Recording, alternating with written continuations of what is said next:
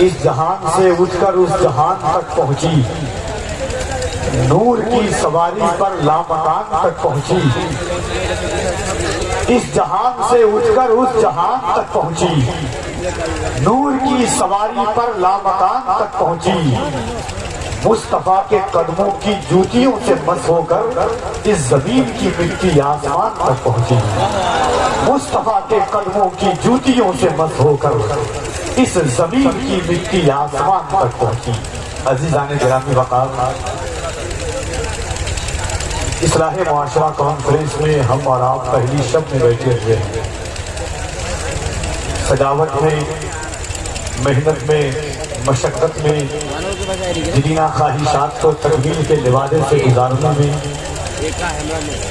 صحیح میں کاوش میں کہیں سے کسی قسم کی کوئی کمی نہیں ہے۔ منبر نور پر آپ دیکھ رہے ہیں خطیب الہند،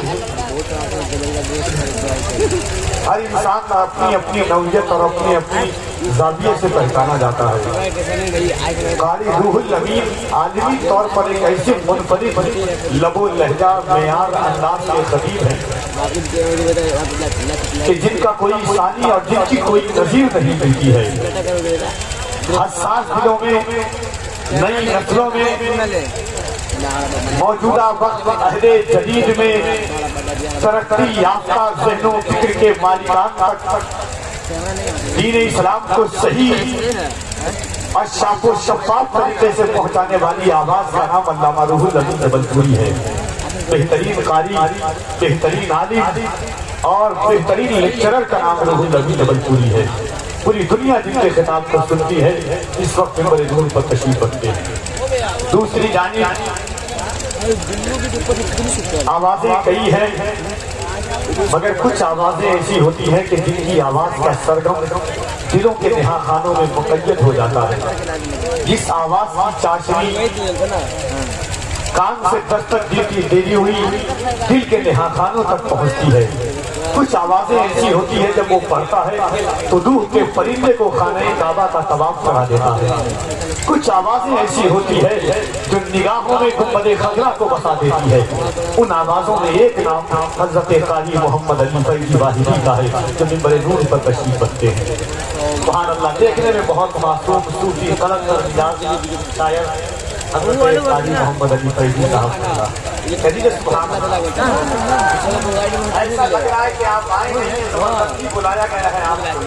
ہندوستان کی سرحد کر کے آپ فیصلہ کر رہے ہیں کہ نیپال میں کیا کرنا ہے، ہندوستان میں کیا کرنا ہے۔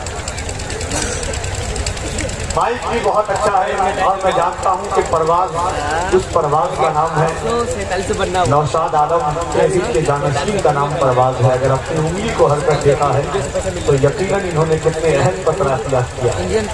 آپ بیٹھے ہوئے بہت اچھا ہے، لیکن میں نے آپ سے پہلے کہا ہے بالکل حاشیے والا کام ہے آپ کا، اور اب تک آپ متن کو نہیں سمجھا پا رہے کہ آپ کا کام کیا ہے۔ تو اس لیے بیٹھنا جلسے میں بہت آسان ہے، سننا بہت مشکل ہے۔ منبر شریف پر علماء کرام کا عظیم الشان قافلہ ہے، سب کا نام چہرے کی آشنائیت کے ساتھ تو میں نہیں جانتا، بس اتنا جانتا ہوں کہ جو ہے محبتوں کے ساتھ بیٹھے ہیں۔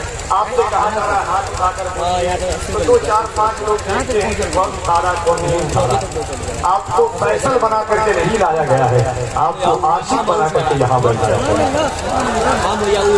اگر آپ فیصل بن کر کے آئے تو کوئی مطالبہ نہیں ہے آپ سے، اگر حضور کے عاشق بن کر کے آئے ہیں یاد رکھیے گا، لوگ سمجھتے ہاتھ اٹھانے کا کیا فائدہ ہے۔